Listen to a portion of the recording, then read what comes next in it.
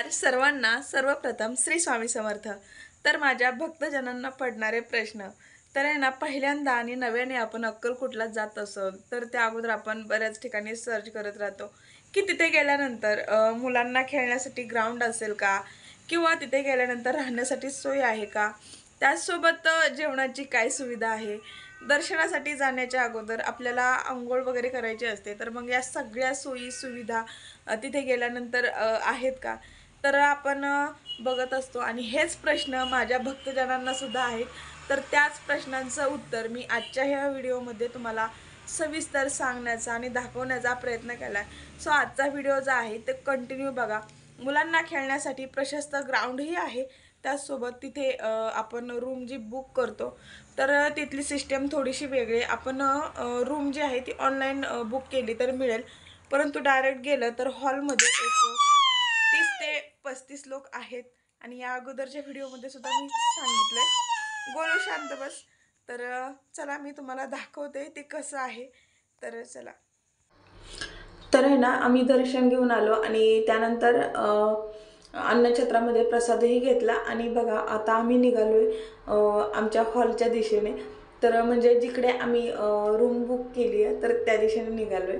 तर इथे जी गर्दी दिसते तर ती गर्दी आहे अन्नछत्रामध्ये प्रसाद घेण्यासाठी। तर बघू शकता हा जो परिसर आहे तर इथे गाड्या वगैरे पार्क केल्या जातात आणि हा जो एरिया दिसतोय, हा जो बंगला दिसतोय तर इथे रूम बुकिंगसाठी इथे सुद्धा तर रूम बुकिंगसाठीच आहेत ह्या। परंतु इथे ज्या रूम बुकिंग होतात त्या मला वाटतं त्यांनी ऑनलाईनच बुकिंग केलं त्या अगोदर, म्हणूनच आम्हाला भेटली नाही।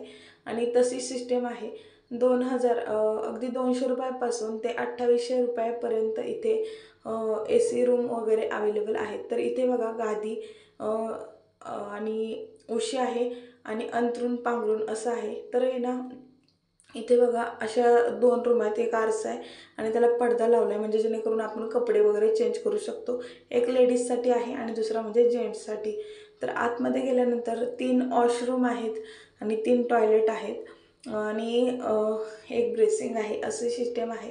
आणि एवढी सगळी लोक होती तरी पण अशी गर्दी नव्हती, कारण की प्रत्येक पहाटेपासून 3-4 वाजल्यापासून प्रत्येकाचं आवरणं वगैरे चालू होतं आणि ते कोणीच नसताना, अगदी प्रायव्हसीमध्ये मी हा व्हिडिओ केला आहे, कोणीच नसताना तर वेदिका इथे हँडवॉश करते आणि मी दर्शन करून आले ना तर त्याबद्दलची मी इथे माहिती देत होते।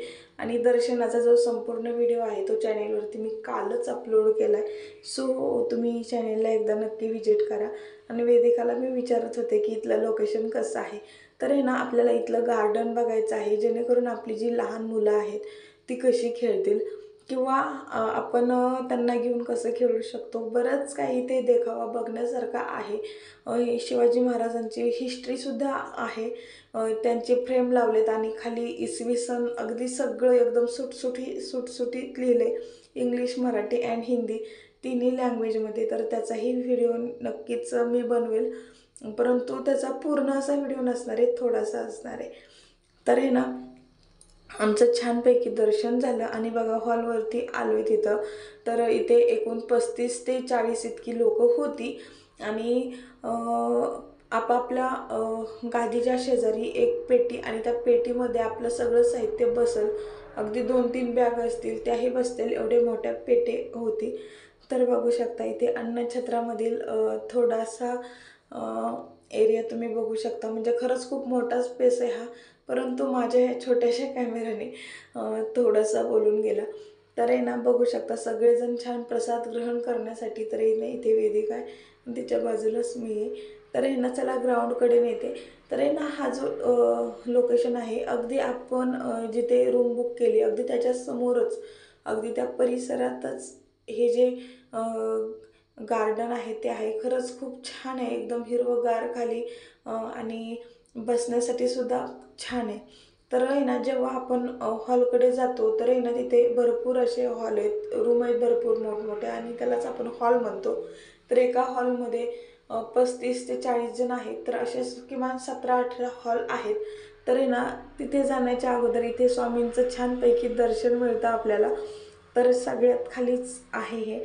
तर आहे ना, इथे आम्ही रात्रीच्या वेळेस इथे गार्डनमध्ये आलो. तर बघू शकता तुम्ही, पहिल्यांदा जरी येत असाल ना तर तुम्हाला हा व्हिडिओ बघून असं वाटेल की तुम्ही या अगोदरसुद्धा आला आहात.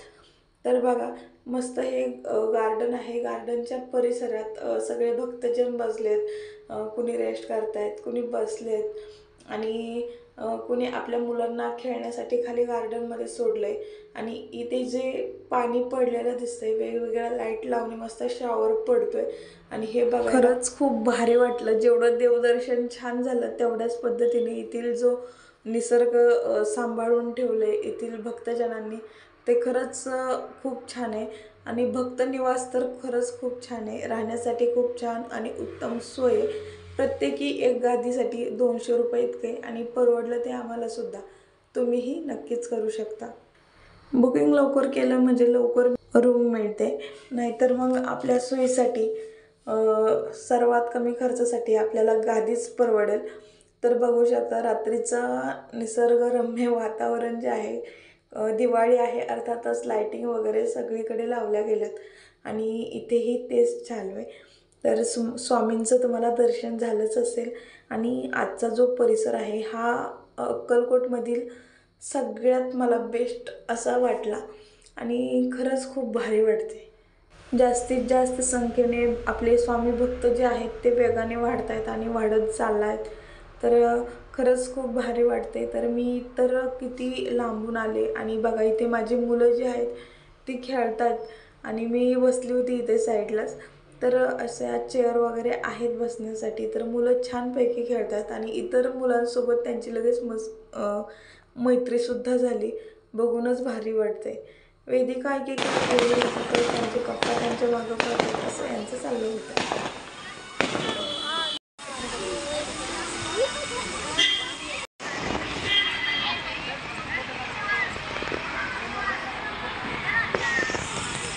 आय होप आजचा व्हिडिओ आवडला असेल. लाईक शेअर चॅनलला सबस्क्राईब करा आणि कमेंटमध्ये श्री स्वामी समर्थ लिहायला विसरू नका. धन्यवाद. श्री स्वामी समर्थ.